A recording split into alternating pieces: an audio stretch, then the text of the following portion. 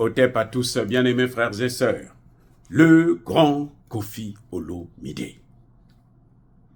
Koffi Olomide, le grand chanteur, l'icône de la musique congolaise.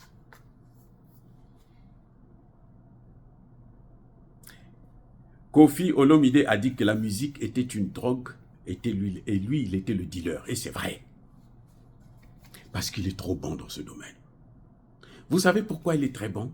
Parce qu'il est engagé pour l'intégrité territoriale de son pays. Parce qu'il est engagé pour le soutien de la RDC. Et il le montre, il le prouve, il vient de sortir une chanson qu'on appelle Goma. Monsieur Koffi Olomide soutient la population de Goma. Et en esprit avec cette population. Il souffre depuis ces lieux où il se repose, où il chante, où il mène sa vie. Il est aussi malheureux que ceux qui sont à Goma. Et il le dit. Il dit que je préfère être aveugle pour ne pas voir la souffrance de mon peuple. Il dit que je préfère être sourd pour ne pas entendre les cris de ce peuple de Goma. Monsieur Koffi Olomide soutient l'armée congolaise et les Wazalendo. Puisqu'il chante dans ce clip, il est en tenue militaire. Formidable. Nous aimons des chanteurs engagés parce que un chanteur ne peut vivre que si son peuple-là vit. Aujourd'hui, Koffi Olomide ne peut pas aller chanter à Goma, là où les gens sont en train de pleurer. Donc, il ne peut pas faire son travail, il ne peut pas exercer sa fonction de chanteur. Eh oui.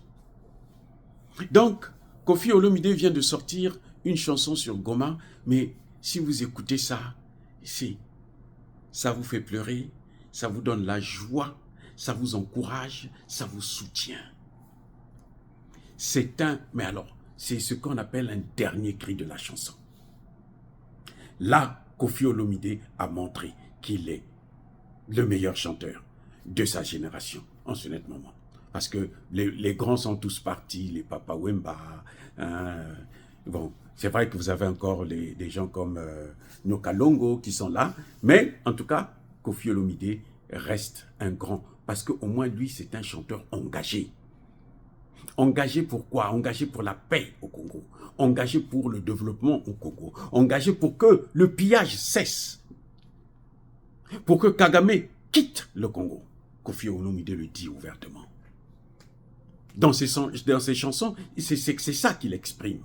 Il exprime cette colère d'un peuple. Il exprime cette symbiose avec ce peuple congolais qui est en train de soutenir aujourd'hui le président Tshisekedi pour que il arrête de continuer à suivre les puissances occidentales et surtout de négocier avec Paul Kagame. Monsieur Koffi Olomide, bravo, bravo. Il est prêt à affronter le M23. Il est prêt à affronter Kagame. Quand vous écoutez cette chanson, vous savez que ça, c'est un vrai patriote. C'est pas ces Congolais qui passent leur temps à se dire « Oh bon, de toutes les façons, c'est à Goma, nous on est à Kinshasa, donc nous on n'a pas de problème. » Ces Congolais qui se disent que « Ah, Tshisekedi, il peut négocier ici. » Non. Koffi Olomide, ce n'est pas quelqu'un qui baisse la culotte devant l'ennemi.